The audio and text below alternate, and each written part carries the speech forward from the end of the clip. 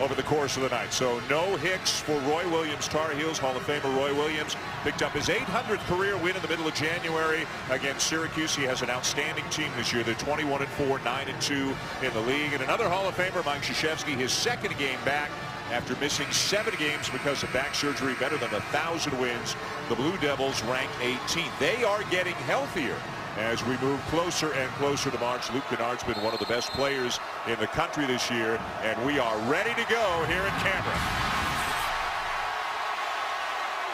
North Carolina starts out in man-to-man. Justin Jackson guarding Grayson Allen, and Kenny Williams on Luke Kennard. Those are key matchups in this game. And Luke May stepping into the starting lineup for Isaiah Hicks. He draws the assignment of Jason Tatum. And anytime with Kennedy Meeks guarding Emile Jefferson is going to try to drive him and put him in ball screen situations. Jones with a shot clock at 5 turns it over. Justin Jackson having an outstanding year, better than 18 points per game, and shooting the 3, Jay, so much better than he did a year ago. Well, he's made 66 threes on the season. That is more this season than his first 2 years combined. He is on pace to break the single season Carolina record for made threes. Joel Berry driving on Grayson Allen, up and in, and Carolina strikes first. And that's where Duke has been a bit vulnerable. Off a straight line drive, Grayson Allen gives up the middle to Joel Berry, who establishes the first paint points for Carolina. You thought it might come from a big guy. It comes from the smallest guy on the floor. And Carolina, one of the best in the country at scoring in the paint in a variety of different ways. Jefferson the kick. Tatum the 3. Offensive rebound, Matt Jones. Jones the corner 3. And Carolina, as always, will look to run, but what a block from behind by Jason Tatum. That was spectacular. I mean, that looked like the 2 points were going in the books right there. It reminded a little bit of a block that Shane Battier had against Carolina in the Smith Center. What a spectacular basket save. Traffic, and he draws the foul. That's one area where Luke Kennard has really improved. He's slowed his game down. Everything comes a lot easier to him because he has slowed down. What great job by Luke May of running the floor, but that's just a spectacular block by the freshman Jason Tatum, just taking it right out of his hand. The foul on May as Kennard steps to the line, an 85% free throw shooter on the season through all the injuries they had at the beginning of the year. And all of the things swirling around Grayson Allen and Mike Krzyzewski being out. Luke Kennard is the guy who really stabilized this team through the first 2 months. Well, he's been a rock. Yeah. You know, Luke Kennard's last 3 games, he's averaging 20 points. He's shooting, 20 of 37 from the field, 9 of 16 from 3. And you're going, boy, what a great 3-game stretch. Those are his season numbers. Right. That's no different than what he's done all season long. He's been magnificent. He's a Wooden Award candidate. Tough one for Jackson. And the long rebound down to Allen. Well, Jackson will take some tough ones, but he can also use that shot fake and get people off balance. Allen, corner 3. Grayson Allen has been a different player his last 3 games, averaging 20 points a game, shooting over 50%. He has really done a great job. May, nice touch pass. Kennedy Meeks will slam it home. Well, this is an excellent North Carolina passing team. Got the ball to Luke May at the high post. He immediately looked low to Kennedy Meeks. Carolina averages about 18 assists per game in ACC play. That's #1 in the league. Kennard behind a screen, misses the 3, and May down with a rebound. A good block out by Joel Berry on Matt Jones. Meeks trying to post up Jefferson. Jefferson fronting him, and Williams can't get the ball inside. A little difficult for Luke May to free up Kennedy Meeks. If Isaiah Hicks were in there, he's a little bit more of a threat down low and a little bit bigger. Good Jackson drive. Baseline drive, gets it to go. He is such a good driver of the ball, and he's got a great floater, Dan. A veteran North Carolina team. These guys have been here before. There's another 3 for Grayson Allen, his second already tonight. How confident does he look right now? Body language totally different than it was 4 or 5 games ago. May with a 15-footer. He's not Isaiah Hicks, but he's a talented player, has been a role player for Carolina, asked to step into a larger role here tonight. Well, he's really improved from last year to this year. I mean, earlier this year against Florida State, he only had 2 points. I think he went 1 of 5 or 1 of 6 from the field, but he had 15 rebounds against the bigger and more athletic Seminoles. 15 rebounds, 5 of them offensive. That's a big-time performance. Jones the drive and the kick. Tatum with a shot fake. Driving to baseline on May. Good defense by May, and the rebound down to Williams. Well, that was a nice job by Luke May of defending that without fouling. And boy, does he get down the floor quickly again. Finds Jackson, who's got a chance for 3. Well, give all the credit there to Luke May for running the floor, and another great shot fake and move by Justin Jackson at the end. And Grayson Allen, Dan, has gotten off to a terrific start. He is looking to score, and he doesn't have that ball in his hand. Montross looks like the raging bull. He's bleeding. Oh, we got a fight over here.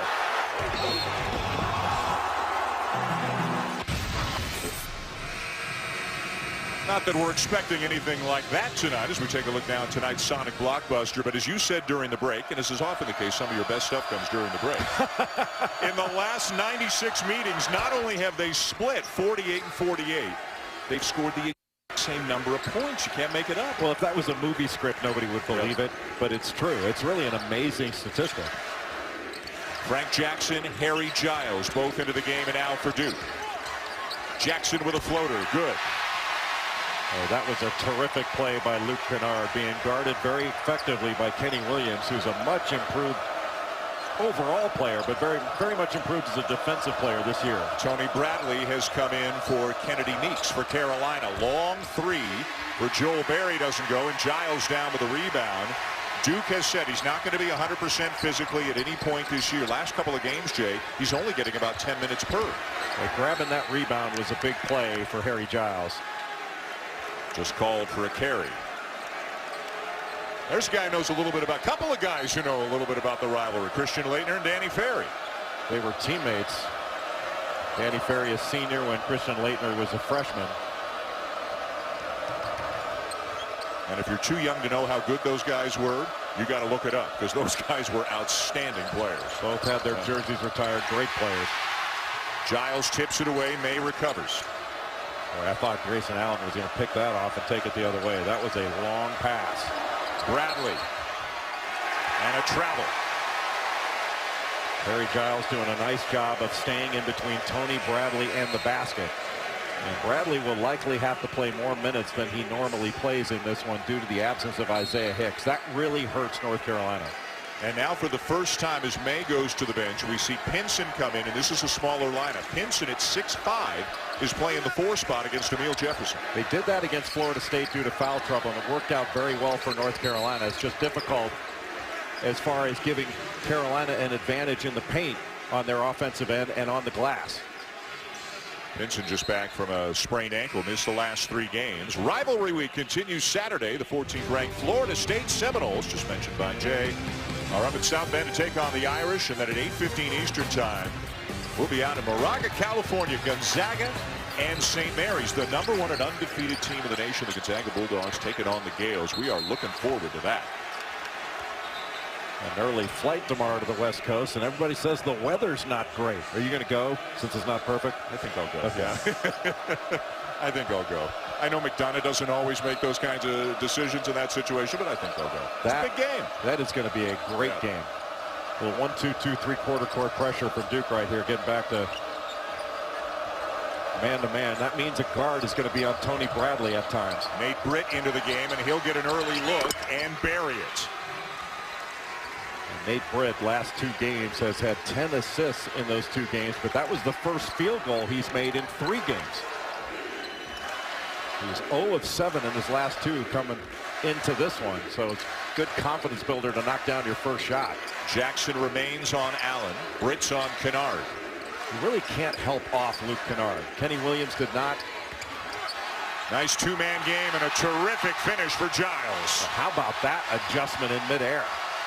That doesn't look like a guy who's missed that much time. Pinson steps into a 16-footer, and Carolina's making outside shots. They're mid-range shots, but Theo Pinson did not hesitate on that one. The lost start of the mid-range jumper. We've seen May make one, Pinson make one, Britt make one. This is a better shooting Carolina team, though, than it's been the last couple of years. Much better shooting team, especially from 3. Both Barry and Pinson are shooting terrific percentages. Joel Barry's made 56, 66 coming into this game for Justin Jackson. Pinson down to the rebound. He can do a lot of different things for the Tar Heels. Little hesitation on Jefferson. Up, no good. Follow, no good. Barry with a teardrop. And those offensive rebounds did not go to big guys. Joel Barry picked that one up off the deck, but you can see that it looked like Amile Jefferson didn't want to pick up his second foul there. And he is looking much more healthy than he did the last 3 ball games he played. Allen has already hit a couple of threes, not this time. Tipped back out by Jackson, and that'll be Duke's ball. That is not considered an over and back. It's not deemed to be possession on the tip off the offensive rebound. Good play. Kennard the drive, off the glass and good. Well, what a move by Luke Kennard. That little shake toward the baseline just opened up the middle. Barry got Jackson on his heels, but left the 3 short. A little bit of a quick one without any rebounding for North Carolina. Officials hardly needed to bring their whistles so far here tonight. These teams are playing so fast, they're not giving each other an opportunity to foul. Jefferson trying to take advantage of the mismatch, can't get it to go. Well, the number of possessions in this game so far favors Carolina. They play at a very fast pace, and again, great work on the offensive glass. Carolina, that time by Bradley, Carolina gets 43% of their misses, #1 in the nation. Well, you got to give credit there because Bradley kept it alive, and he keeps that ball so high, always goes after it to grab it with 2 hands. That is a big-time play by Tony Bradley, the freshman. Nice move by Allen. Missed the shot. Follow no good by Jefferson. And we got a foul going against the Blue Devils to take us to immediate timeout. Carolina on the road here at Cameron. Led by Joel Barry II with the 8-foot teardrop. They're leading by 5. More on this rivalry when we come back.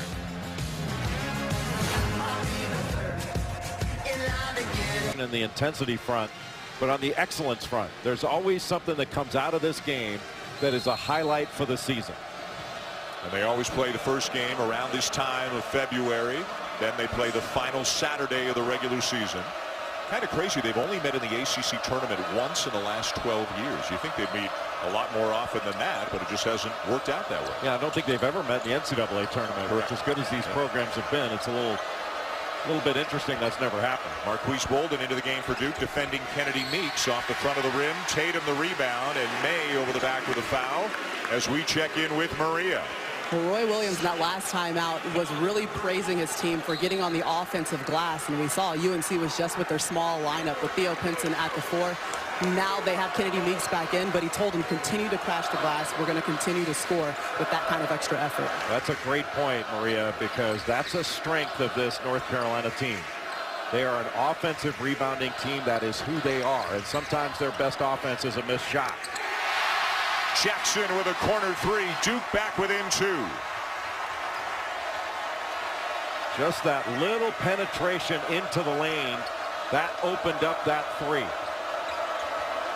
Duke has to continue to drive the ball, especially when they've got big guys covering a guard.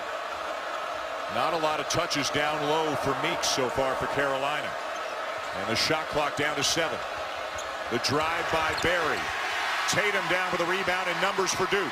Great defensive play by Matt Jones. Grayson Allen. His 3rd 3 of the game, and Duke has the lead. And here they come again.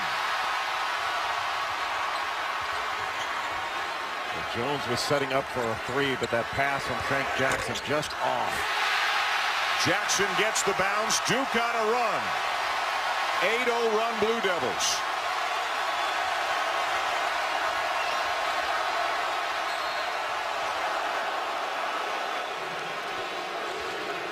Duke going after a trap off the screen roll situation, forcing Joel Barry out top, but they just fouled him, trying to make Carolina do something they don't practice that often. And the penetration by Jason Tatum after he got the switch is what caused the defender to come off the corner.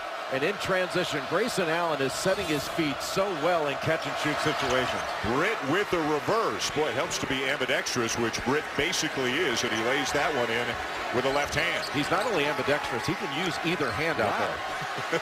Great follow-up play. Justin Jackson is coming to the game for Luke Maye. The last foul on Carolina was on May, his second. Jackson takes his place, so Carolina gets a little bit smaller.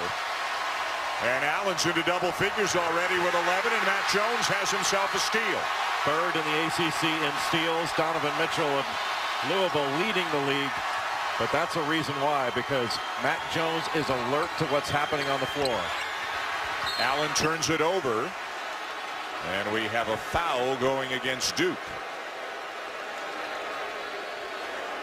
Well, UConn's women's team is on a quest for 100 consecutive wins. If they beat SMU on the weekend, they'll go for 100 Monday night against number 6 South Carolina, 9 o'clock Eastern time on ESPN2.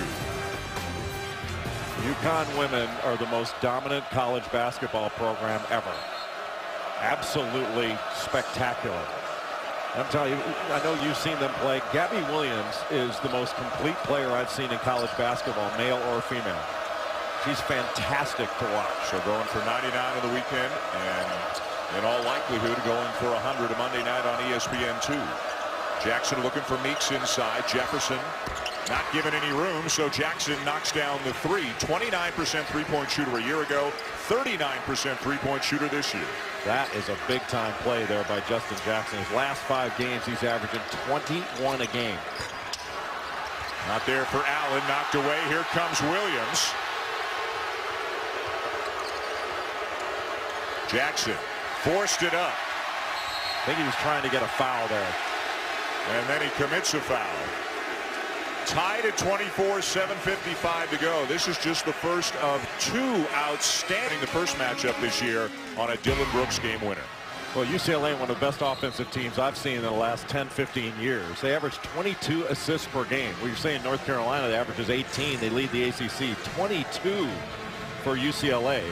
But Oregon, behind Dillon Brooks, is a good offensive team. But they, as you mentioned, they're so good defensively with their shot blocking with Jordan Bell and Chris Boucher.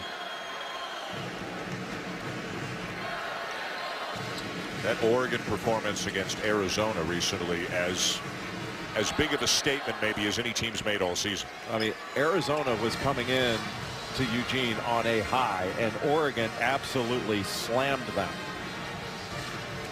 Not sure exactly what Mike Krzyzewski is asking the officials about coming out of the timeout. It seems to be a friendly conversation, whatever it is.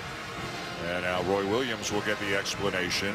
I think they're looking at who committed the last foul. I said going to break it was on Justin Jackson, but apparently officially it was given to Brandon Robinson, the freshman out of Douglasville, Georgia. And was it 14 or 44, I believe, is the discussion. And until somebody tells us differently, we will now assume that it was on Robinson. Tied at 24 here at Cameron.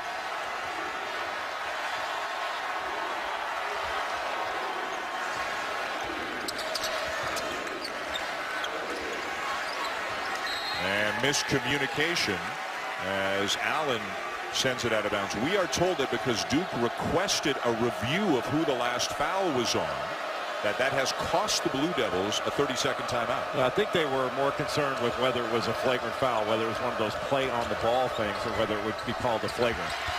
Seventh Woods in to back up Joel Berry, misses the runner, and it's back over to Duke. One thing that Duke is looking to do and needs to do is start attacking the North Carolina big guys, especially Kennedy Meeks. To put Kennedy Meeks in some ball screen situations, dribble handoffs where they can drive him, see if they can get him to switch and put him in a position where he has to guard and maybe even foul. Kennard, good defense by Williams, and Kennard hits anyway. You know, sometimes good offense trumps good defense. And that was really good defense by Kenny Williams, staying between Luke Kennard and the basket and not going for fake, staying on the floor. And Kennard just made a great offensive play. Williams can't get where he wants to go, finds Kennedy Meeks, who has not had a lot of touches down low.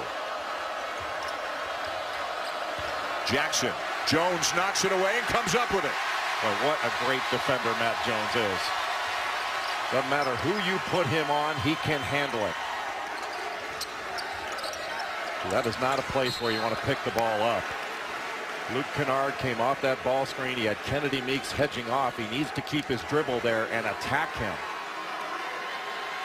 Again for Carolina, no Hicks tonight, and a trickle-down effect, really, with May picking up a couple of fouls. They have to go a little smaller, and guys like, say, Brandon Robinson may step into a larger role tonight because of it. Well, a larger role, but North Carolina plays a lot of different people. It's Duke that only goes with about 6 in most games.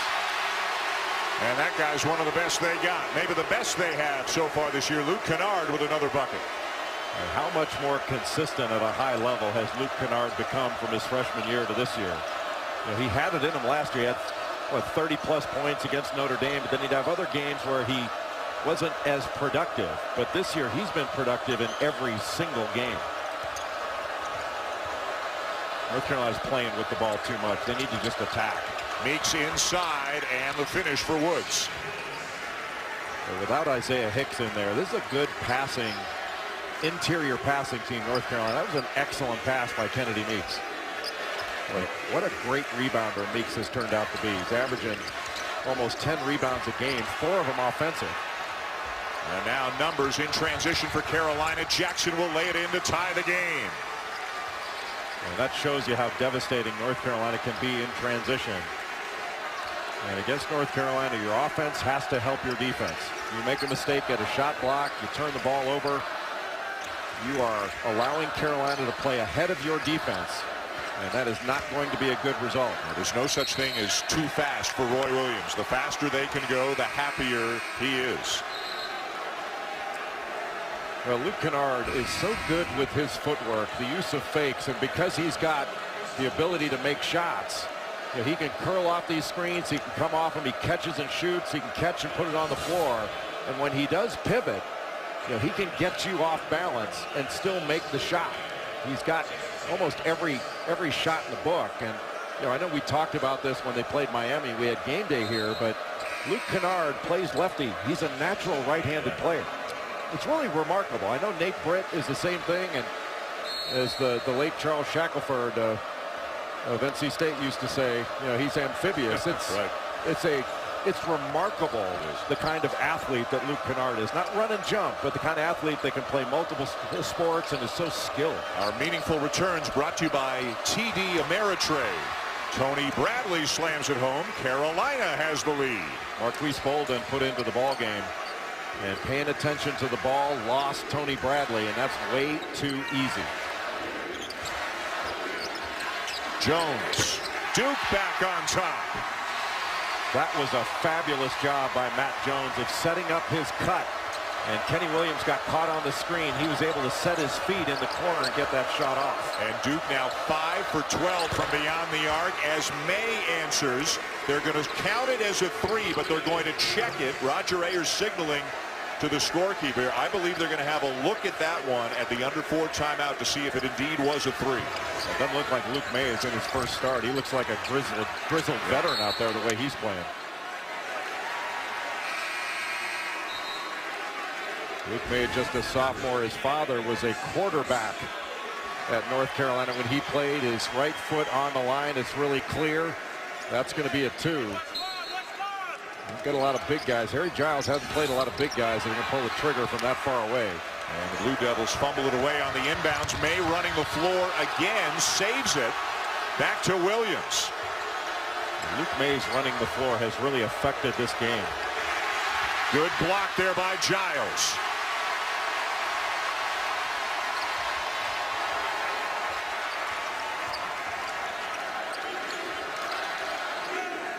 I think Duke really needs to look to Luke Kennard here. Best scorer on the floor. Cross-court bounce past Jones. Driving by Jackson. Giles underneath. Good ball movement. Good ball movement and a great drive on ball reversal. Your drives can be so much more effective when the ball changes sides of the floor. 7th Woods giving Carolina some good minutes off the bench. One of the freshmen playing here at Cameron for the first time, and the Tar Heels are back on top. Well, that was awfully easy to be able to drive and get all the way to the rim. But one thing that Duke is doing, they are playing without fouling, which is really important for their lineups. 5 ties and 8 lead changes in the first 17 minutes of this game.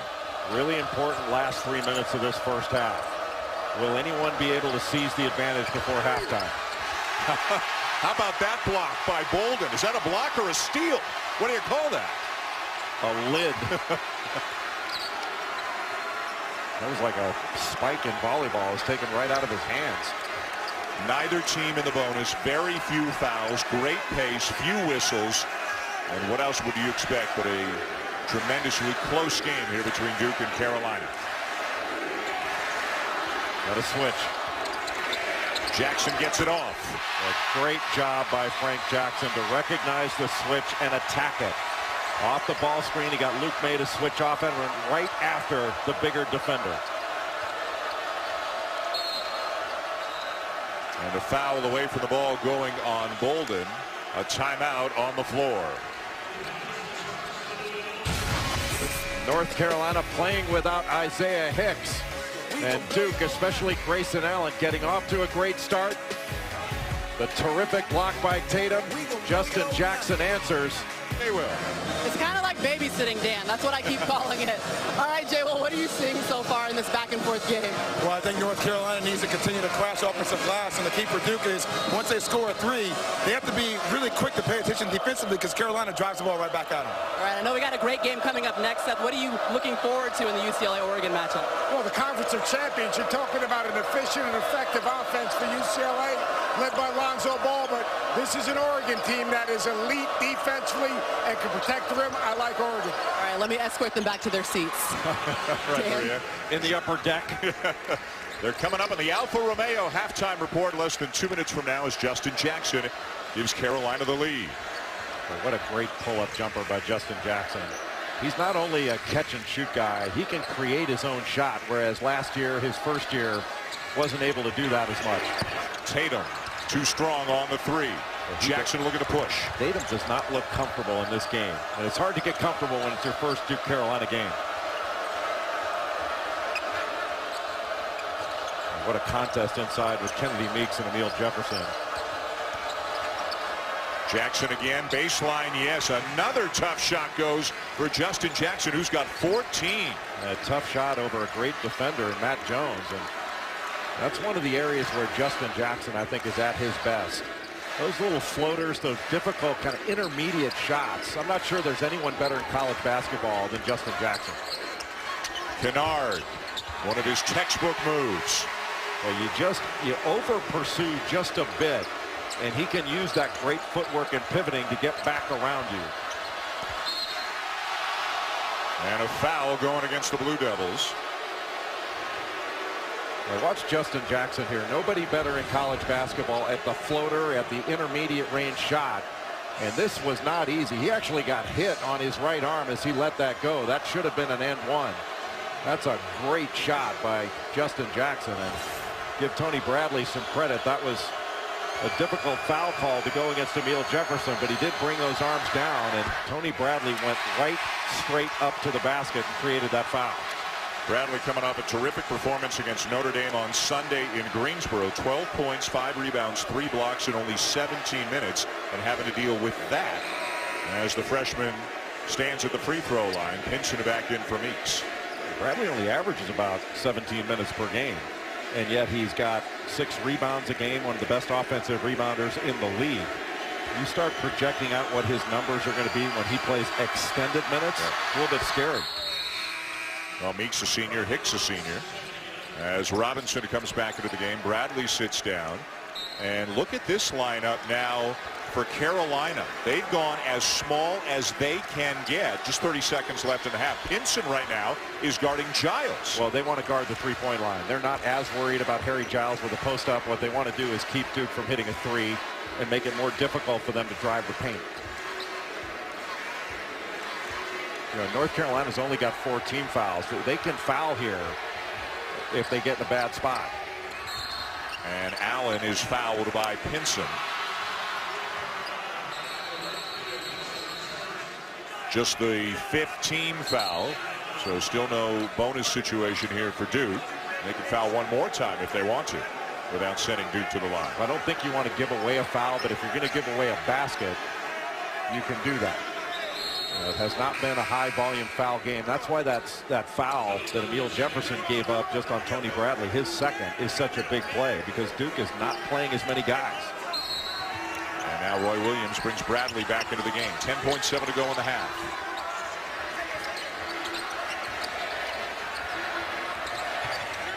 Allen creates some space and hits another one. A great first half for Grayson Allen. 14 points, 4 threes. And Duke has a 1-point lead at half. Great game, close game. The first half stats brought to you by GoDaddy. Both teams shooting well, as Jay mentioned. Duke more from 3. They've got a 1-point lead. Moments ago, Maria Taylor visited with Roy Williams. Coach, for the first time this season, you're without Isaiah Hicks. You used several different lineups. Which do you believe could be the most productive moving forward? I'd like to find one that I'm comfortable with. I didn't do that in that half, so hopefully I'll be able to find one comfortable with this half. All right, Duke starting front court. They were scoreless, but the guards dropped 27. How do you contain? Yeah, 6 threes. We'd like to have them fewer than that. And yeah, without Isaiah Hicks, who suffered a strained hamstring at practice yesterday. They don't expect it to be serious, but he's day-to-day, did not start, will not play tonight. So Luke May steps into the starting lineup, and May was really good in the first half.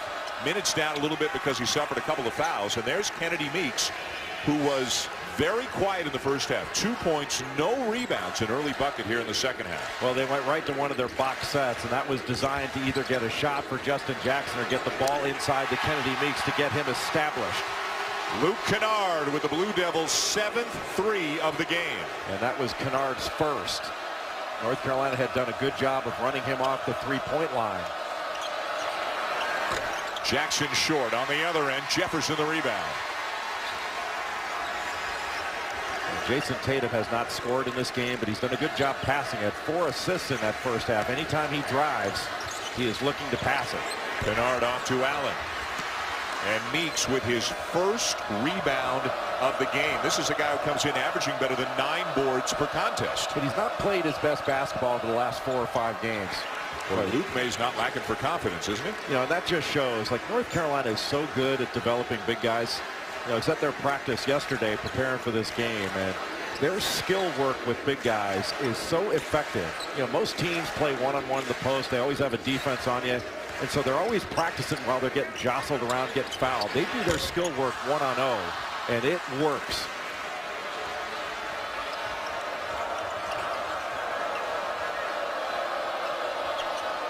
Carolina's always done such a great job with big guys, back to when Bill Guthridge was the lead assistant for Dean Smith, and Roy Williams oversees all the big guys himself.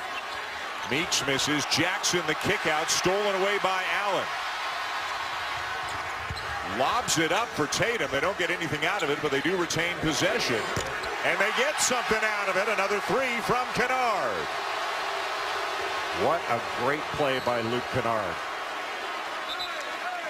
Both Kennard and Allen have been so alert to getting three-point shots. They get their feet set, and he takes it to where he can not only let it go, but if a defender closes out, he can shot fake and put the ball on the deck. And they can really stretch a defense and keep you on a string. Kennard and Allen have combined for 30 of Duke's 46 points tonight. Barry guarded by Jones. Now a switch and Tatum on him. Meeks gets away from Jefferson, but misses it. And he says he got grabbed from behind, and I think he's right. I think his jersey got grabbed on that move, as now we have a block at the other end. There's no question his jersey got grabbed. He still should have finished the play, but his jersey was pulled. That was a clear foul that the referees missed. Now watch right here. You can see, can't see it from that angle, but Emil Jefferson had a fistful of Kennedy Meeks' jersey, and he didn't explode high enough to be able to dunk it, but he should have just laid that in. You're not going to get an easier opportunity. Meeks was right that his jersey was pulled, but it was pulled long before that. He still should have finished the play. Here, we'll take one more look at it. Look, you can see he's got a jersey. Like, that's a clear foul. And Mike Roberts was looking at the ball instead of looking at the 2 post players. Meanwhile, Luke May just picked up his 3rd foul. So Theo Pinson back into the game. Same kind of situation we saw at times in the first half as Carolina goes smaller. This is the largest lead of the game now for Duke. You know, neither team fouled much in that first half, and that's really an advantage for Duke. They don't play quite as many bodies and can't afford foul trouble to their best players, and they are not in any.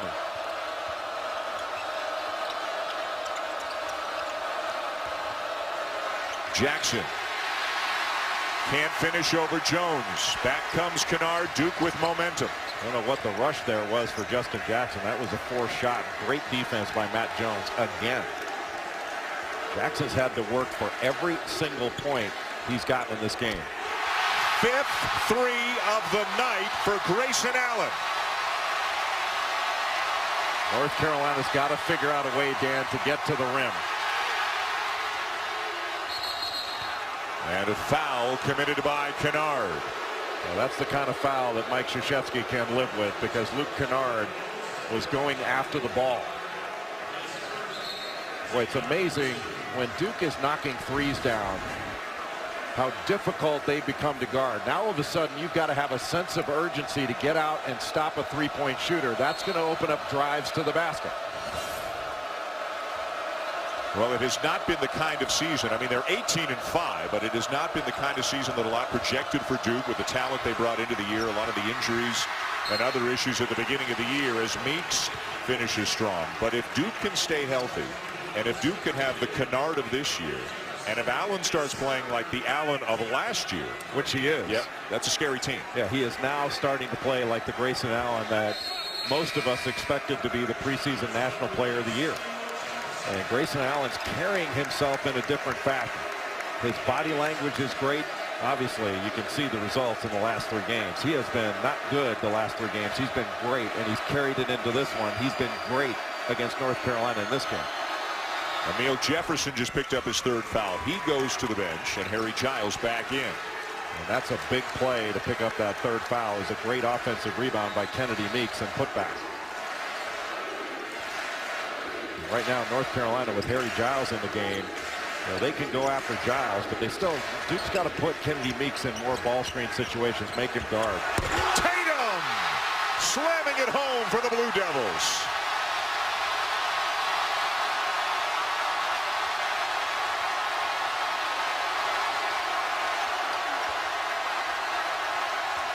As if this place could get any louder. Jackson fouled by Allen at the other end. Jay, take us through this drive by Jason Tatum. Well, Jason Tatum had a straight line drive to the basket. Kennedy Meeks decided to meet him at the summit. And Tatum just elevated right over the senior big man from Charlotte and punched it. What a great play by Jason Tatum. That was big time. LA. Lonzo Ball, one of the outstanding freshmen in the country, one of the outstanding players in the country, leading the Bruins at Pauley against the Ducks. And the leading scorer for UCLA is forward TJ Leaf, who averages 17 a game. He's got 11 double-doubles. That is one powerful offensive team, UCLA, and they are really fun to watch.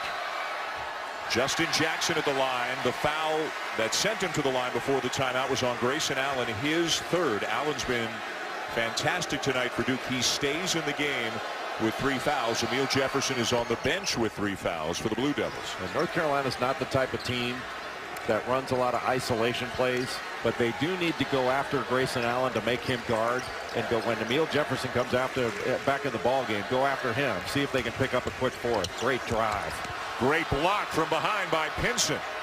And we have had some excellent plays in this game, both offensively and defensively. And Pinson running the floor. Carolina had 5 on 4, and they scored easily.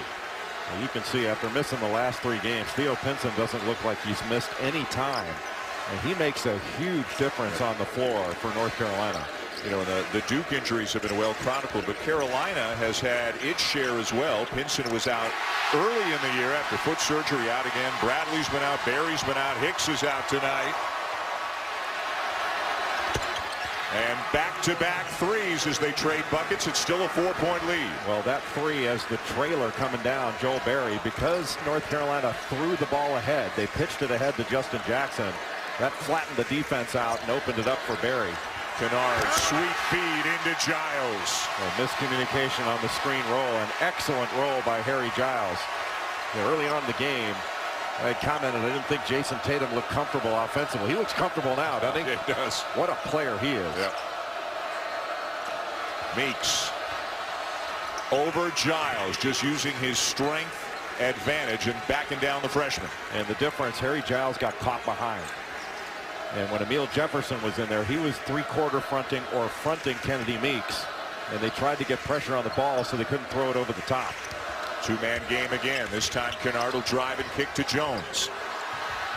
And tipped by Kennard into the backcourt on a pass that may have been intended for Tatum, and that's an over and back violation. When Kennedy Meeks is able to get a foot in the paint and bury in there, it is awfully difficult to keep him from scoring. Just goes right to his right hand over the left shoulder and gets it around and over Harry Giles. You got to make it difficult for him to catch it and certainly keep him out of the middle. Substitutions for both teams, including Allen going to the bench with his 3. Jefferson coming back in with his 3 fouls. He'll guard Tony Bradley, who's just come in from Meeks. Nate Britt into the game for the Heels as well. Well, if Carolina can go into Tony Bradley, maybe they can pick up a 4th foul on Emil Jefferson. But Jefferson is a senior, and he is awfully smart. It's going to be difficult to pick up that foul, especially with a freshman.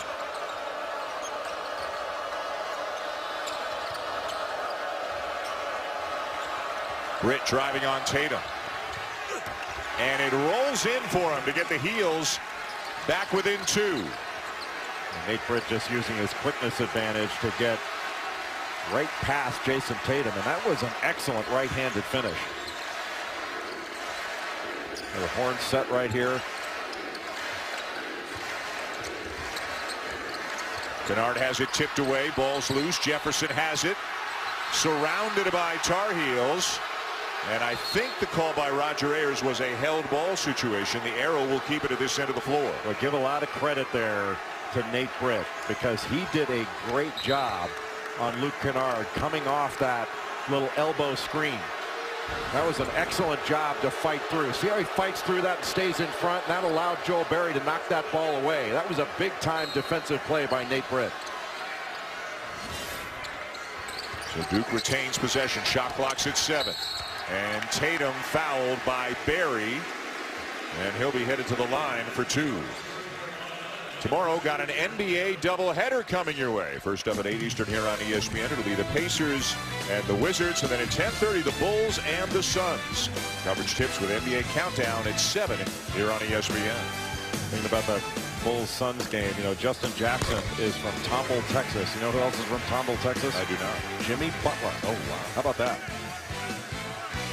A really good college player who's turned into a great NBA player. Remarkable, really.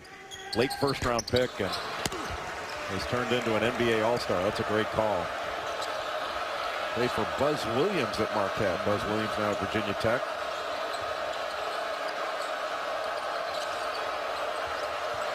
Pinson, nice look into Bradley, who does get the roll. Pinson drew a couple of defenders and made a great pass. So it looked like Bradley almost a little bit surprised when he got that ball.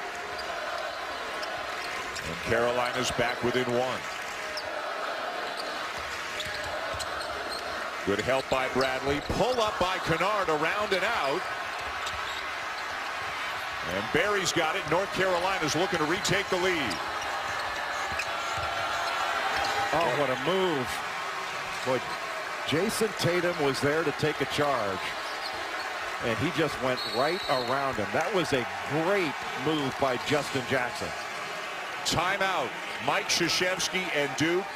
Jackson having a big night. Rivalry's had so many great moments and so many legendary performers. Let's go into the Wayback Machine, and that's capital W, capital B, way and back. Jay Bilas back in the 80s, a 4-year letter winner at Duke, averaged almost 9.7 rebounds per game, playing against some outstanding North Carolina teams back in the 80s. What do you remember the most about the games you played?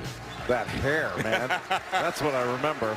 I remember playing against Michael Jordan and Sam Perkins and Brad Daugherty. Yeah. Getting it handed to me every time I went near one of those guys. What do you remember about the first time? Where was the first Carolina game? Was it here or was it in Chapel Hill? It was in Chapel Hill. Yeah. And North Carolina was #1. Yeah, my jersey's not. You can stop looking. It's not. Unless I sneak in here at night and put it up, it's not here. I had my own private ceremony in my garage. Great drive.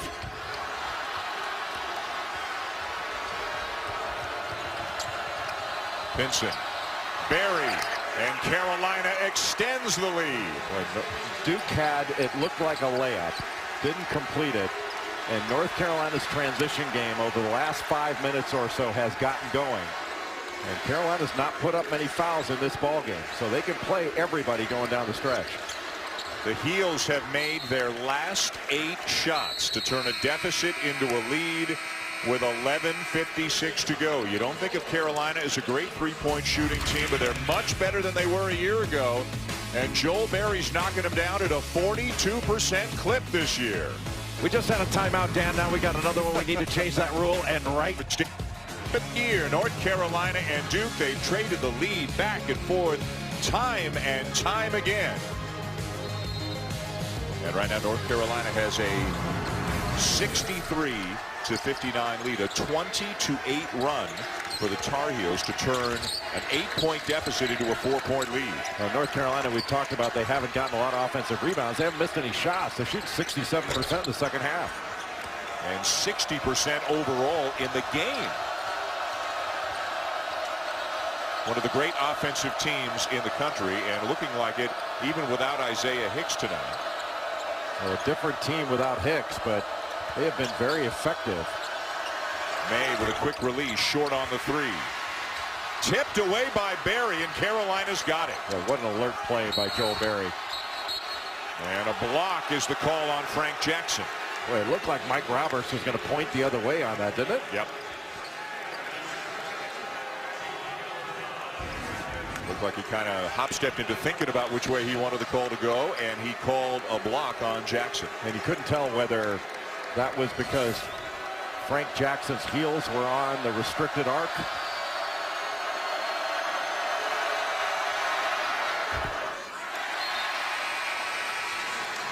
Bradley is 62% free throw shooter on the season, as Tatum is among those to check back in for Duke. Tony Bradley is one of the best offensive rebounders in the country. Not just by numbers of offensive rebounds, but he gets 21% of the offensive rebounds when he's on the floor. 5-point lead, Carolina. Back to this horn set. They can run so many different things out of it, including an isolation for Jason Tatum. And away from the ball, a foul going against the Tar Heels. It's on Britt. After Oregon UCLA, which is coming up after this game tonight, keep it locked right here to ESPN for Sports Center at Night with Scott Van Pelt. All the highlights from a great night in college hoops, the NBA, the NHL, and everything else you need to know with SVP.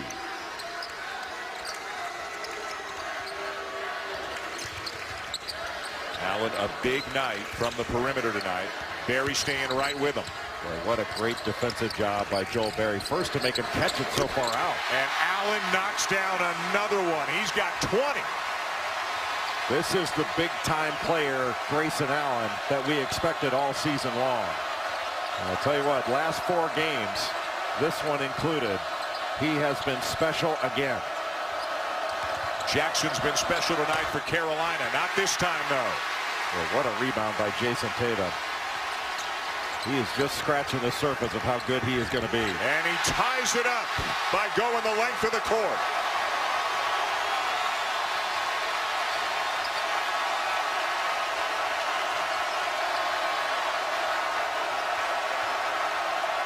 What a game so far. Midway point of the second half, tied at 64.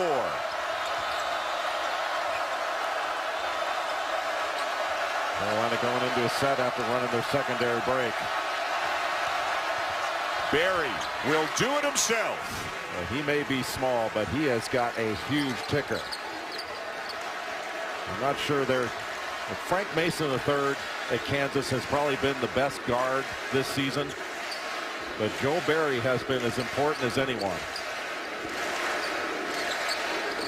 Has really grown into the role, too, in his 3 years in Chapel Hill.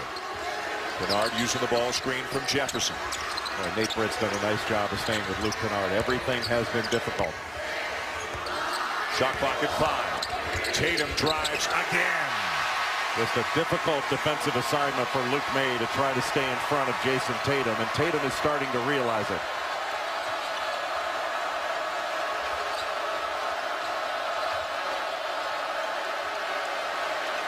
May finds Jackson.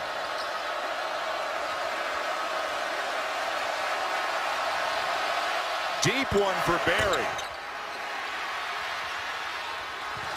And it will belong to Carolina.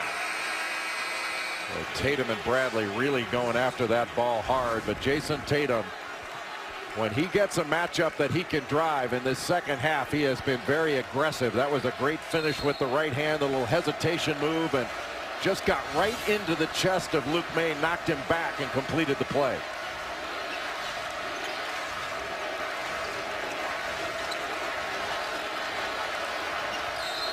And Barry bumped by Grayson Allen, who just picked up his 4th foul. And Grayson Allen saying that Kennedy Meeks bumped him into Joel Barry. Decision time for Mike Krzyzewski, and Allen's going to have to come out. Just a little hip check from Kennedy Meeks.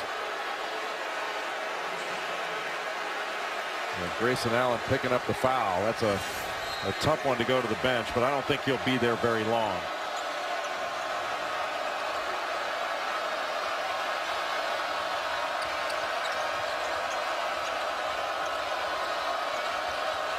Pinson driving and scores and is fouled. How happy are the Tar Heels to get Pinson back after missing the last 3 games with a sprained ankle?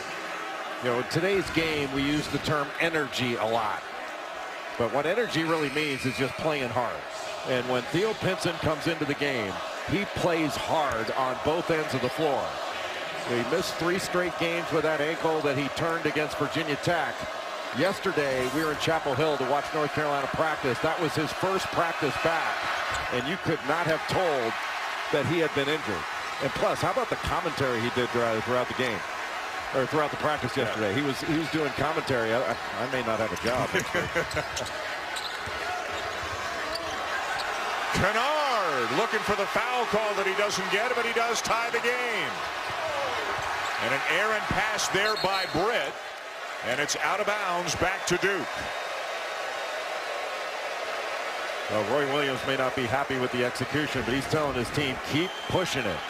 Keep getting up and down the floor. He wants more and more possessions, and Luke Kennard is such a big-time scorer. It's that shot fake. Yeah, he's got what I tend to call shot credibility, because you know he can make that shot. It just keeps you off balance. He raises his eyebrows, and you are up off your feet. Got a great old man's game. He's going to be a handful at the YMCA when he's in his 50s, don't you think? Oh, yeah. He'll be pretty good at the YMCA now. He's probably going to be the first pick. When they're drafting up when they're drawing teams at the YMCA 30 years from now. He's got a lot of game. Tar Heels, Blue Devils tied at Cameron. Don't sell yourself short at the Y.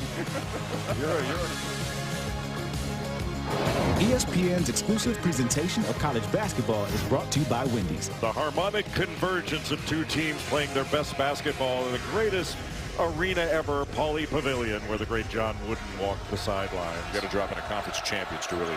That's right, Conference of Champions. How about Dick Enberg night tonight there? Oh my! How come we don't get to wear T-shirts?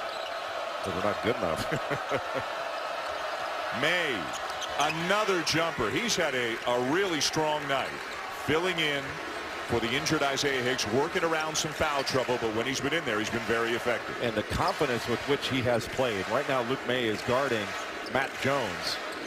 And you cannot come off Matt Jones in the corner when there's a strong side drive.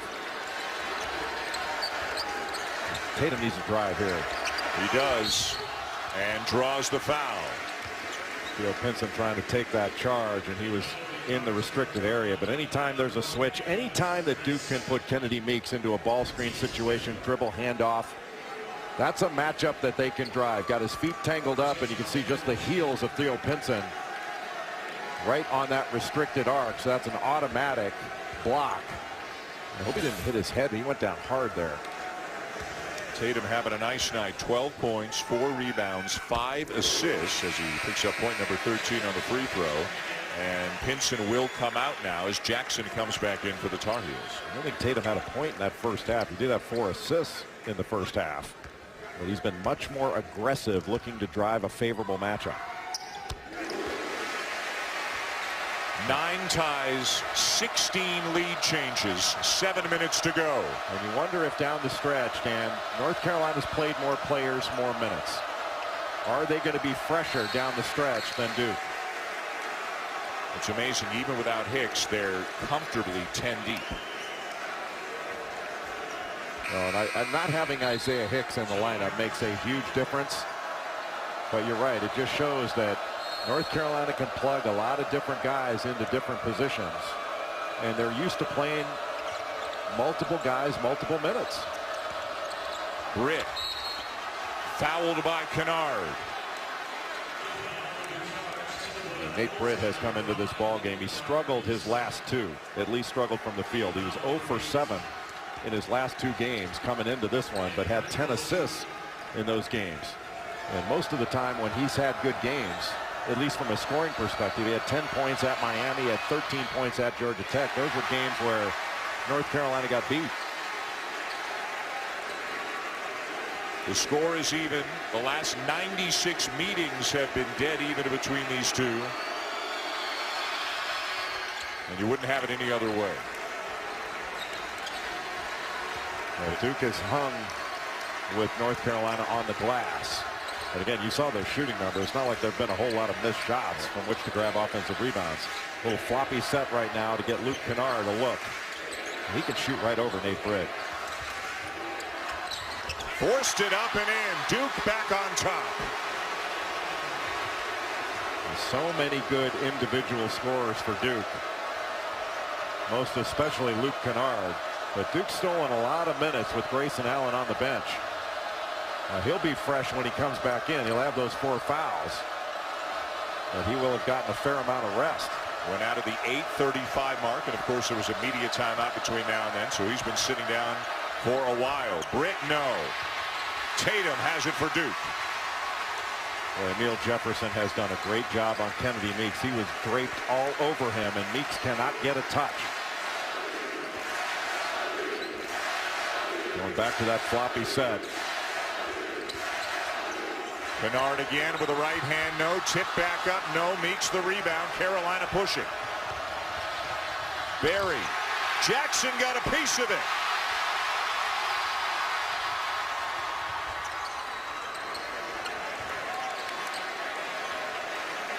Good decision to bring it back out. There was nothing there for Tatum. He had a small guard, Nate Britt, on him. That wasn't a matchup that he could drive right away. Shot clock inside 10. Trying to isolate Tatum by himself there. Great spin, fadeaway jumper, no. That looked like the same kind of move he made against Florida in his first game back, where he had 22 points in Madison Square Garden against the Gators. May wants the ball. He's got Jackson on him. Can't get a touch. Barry wants Kennedy Meeks to come over, play a little 2-man game. And Barry will use Meeks down there to try to get by his defender, and he draws the foul. It's on Jefferson, and that is his 4th. Boy, really smart play by Joel Barry to get Luke May out of that low post and bring Kennedy Meeks over. And you can see he got caught on the high side, so he couldn't get down to cut off that baseline. And sometimes when you got foul trouble, sometimes you got to let a guy go. So Jefferson's got 4. Allen is back in with 4. And it's 1-1 for Barry, who misses the front end. That's an 87% free throw shooter who just missed the front end of the 1-1.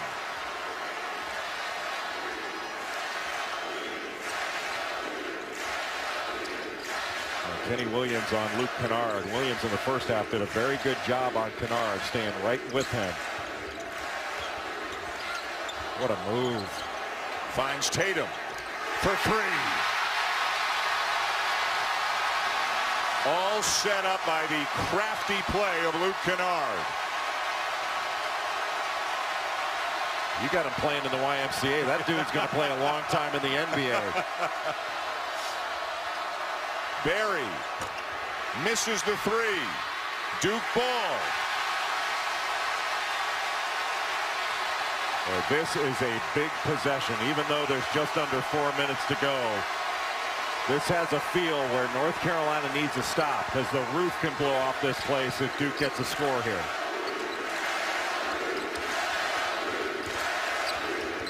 Allen, and a foul called on Carolina. Joel Berry called for the foul. Timeout on the floor, 3:40 to go. Well, Jason Tatum has been a productive player all season long. He's averaging 16 points and 7 rebounds, and he has been outstanding in this second half. Doesn't look like a teenager to me. That kid's got big-time talent. Hey, Melissa. The Whales. Eastern, and then undefeated and top-ranked Gonzaga against St. Mary's at 8:15 Eastern. Both games also streaming live on the ESPN app and Watch ESPN. I grew up in California, but I've never been to Moraga. Do you know where it is? I am told it is east of Oakland. I'm east of Oakland right now. What does that mean? So that's the way it's going to be.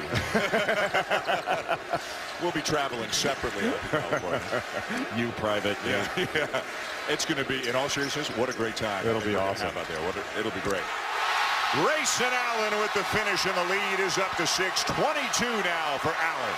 Another play out of that elbow series. Hit the elbow, come off, and he was wide open. Boy, Grayson Allen is having a fabulous basketball game. Good help there by Allen. Kenny Williams will push off, blocked from behind by Tatum. Jackson knocks down the long three. Boy, how deep was he? The Stars are playing like stars tonight, my friend. This elbow series just hitting the elbow and then cutting off it. Theo Pinson got caught up, and Justin Jackson unable to get over there before Grayson Allen goes high to finish.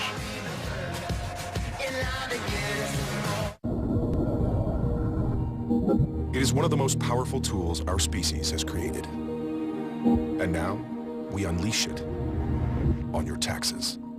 Hello, my name is Watson. Yep, H&R Block and IBM Watson together. Creating a future of more money going back into the pockets of more families. Welcome to Taxes One. H&R Block with Watson. Come see us and get your taxes won.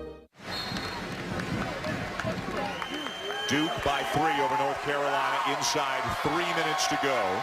The big three, if you will, of Duke, of Allen, Kennard, and Tatum. They've scored 59 of the Blue Devils' 77 points. Well, how big was that three that Justin Jackson just hit? Oh, and the long rebound goes past Carolina's defenders out to the Blue Devils. I think Duke has still got to go after the side that Kennedy Meeks is on. Kennard back to Allen. Taken away by Barry. 2-on-1 Carolina.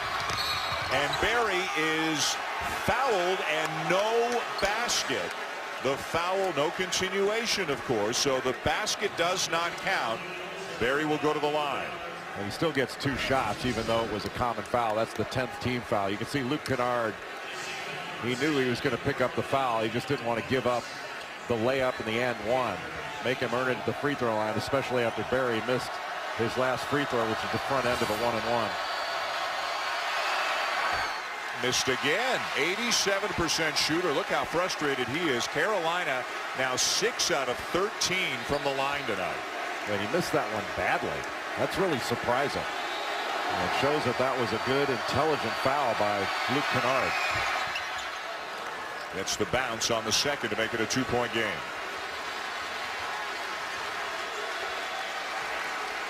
Every possession seems like it is so big.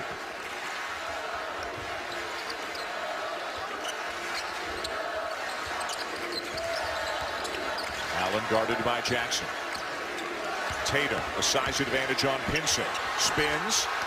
Got it back. Misses the follow, but we have basket interference against Duke, and it'll be Carolina ball. Well, what happened was he pulled down the rim when he tried to dunk it, and the ball was in the cylinder and knocked it back out, so they're calling that basket interference. Mike Eads with the explanation for Mike Krzyzewski. Mike Eads does not miss much. You don't see this very often, but... So Carolina with a chance to tie or take the lead. Carolina going with its box set, little diagonal screen. Pinson, no. Kennard the rebound. Well, he absorbed a bump, but there was no call. Looks like Mike Krzyzewski may want a timeout here. No, he doesn't. He's just calling the play.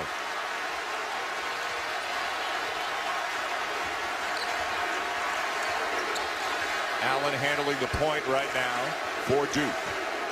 Pulls up for a three. Got it!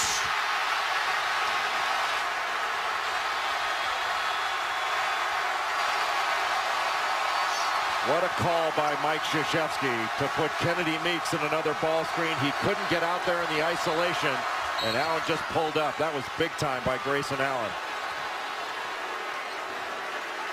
Looked like Krzyzewski wanted a timeout. What he's really doing was orchestrating the set that he wanted. And he wanted to get Kennedy Meeks into a ball screen situation on the left side. An incredible night for Grayson Allen, though, has just come to an end. 7 threes tonight, 25 points, and just picked up his 5th foul on that play. And Grayson Allen was absolutely spectacular in this game.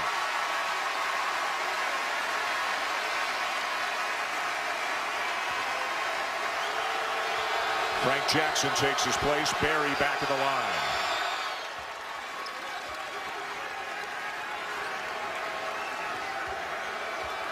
Each team with 2 timeouts, just over a minute to go in regulation. And it's a 1-possession game. I think you can expect Duke here to try to put Kennedy Meeks in another ball screen situation, whether it's Jason Tatum, Frank Jackson. They try to trap. Duke gets out of it. One thing you don't want to do is help off of a 3-point shooter here.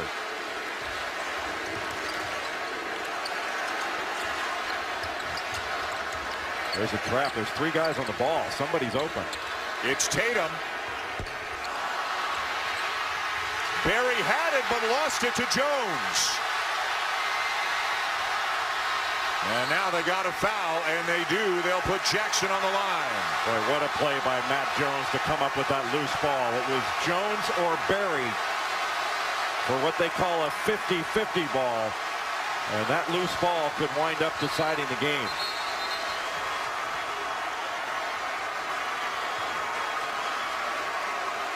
And at the line, Jackson, the freshman from Alpine, Utah.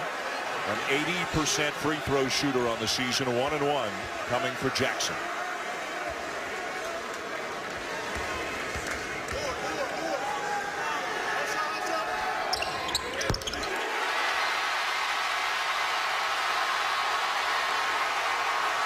Make or miss, North Carolina wants to get this ball down court as quickly as possible and attack the rim.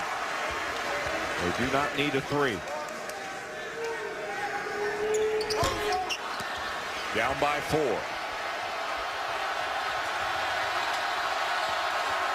Barry, reverse, no. Tatum the rebound, and they got a foul again. Well, I'm not sure why Joel Barry decided to go to the other side of the bucket. If he'd stayed on the left side of the basket, I think he would have had a much better chance to complete that play. It was a great hesitation move.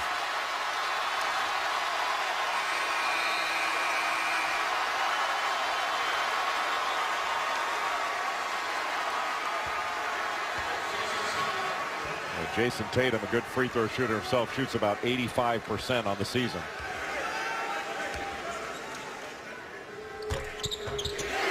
The Blue Devils looking for their 4th win in a row, trying to get to 7-4 in conference play. The Tar Heels at the top right now at 9-2.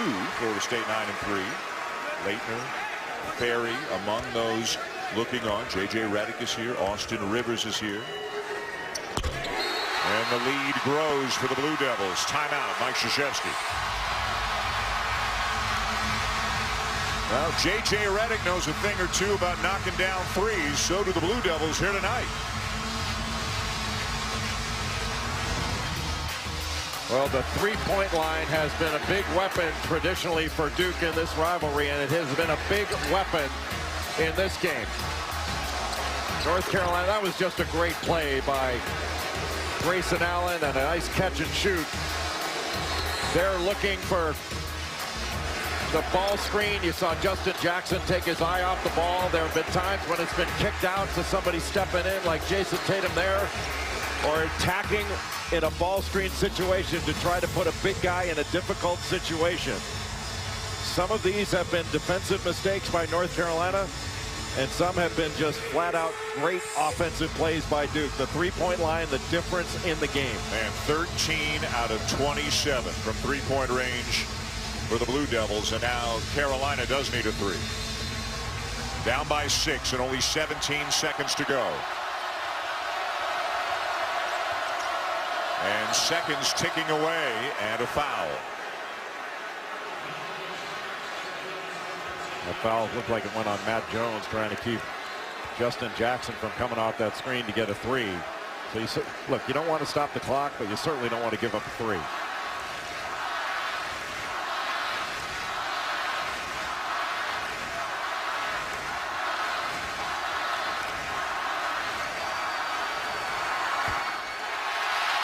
Another missed free throw, and another outstanding game coming your way tonight. Alonzo Ball at UCLA, Dylan Brooks in Oregon. And a rematch of a terrific game played earlier this year, won by the Ducks. The Bruins will try to get revenge next on ESPN. You know, at the beginning of the game, we talked about lines. We talked about the three-point line and the free throw line. And what we meant was Duke hitting threes and getting to the free throw line. But really, the other line has been the North Carolina free throw line, because the Tar Heels have missed a ton of free throws. Yep. That as much as the three-point line was the difference in the game for Duke, Carolina's inability to knock free throws down was the difference in the game for the Tar Heels being able to win on the road. 10 out of 18, including a couple missed front ends of 1-and-1 that really cost them. Circle March the 4th, 8 o'clock Eastern Time, Chapel Hill, the rematch between the Blue Devils and the Tar Heels, and you can see it here on ESPN.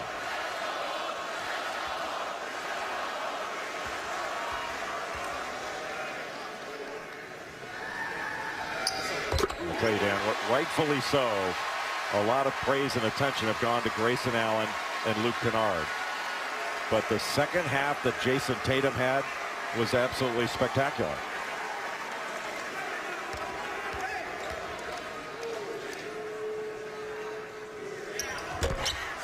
One of two for Jackson.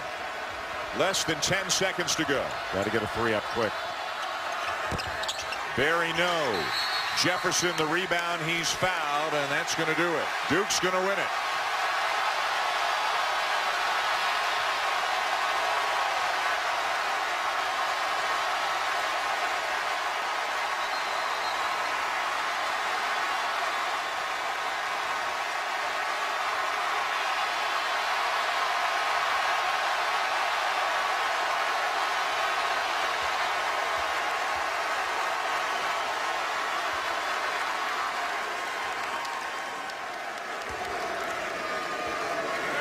Carolina won in this building last year, but they're not going to do it here tonight.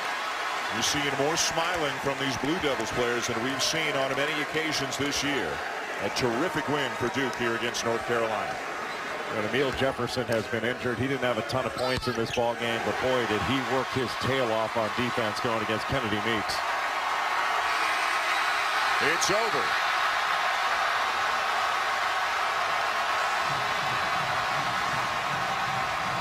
Terrific college basketball game here in Cameron tonight. The Blue Devils win their 4th in a row as they hand the Tar Heels an 86-78 defeat, setting the stage very nicely for the rematch on March the 4th in Chapel Hill.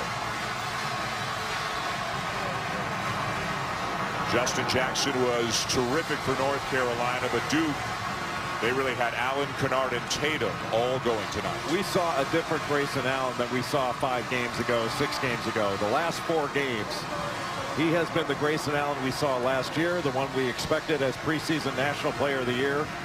Luke Kennard was as consistently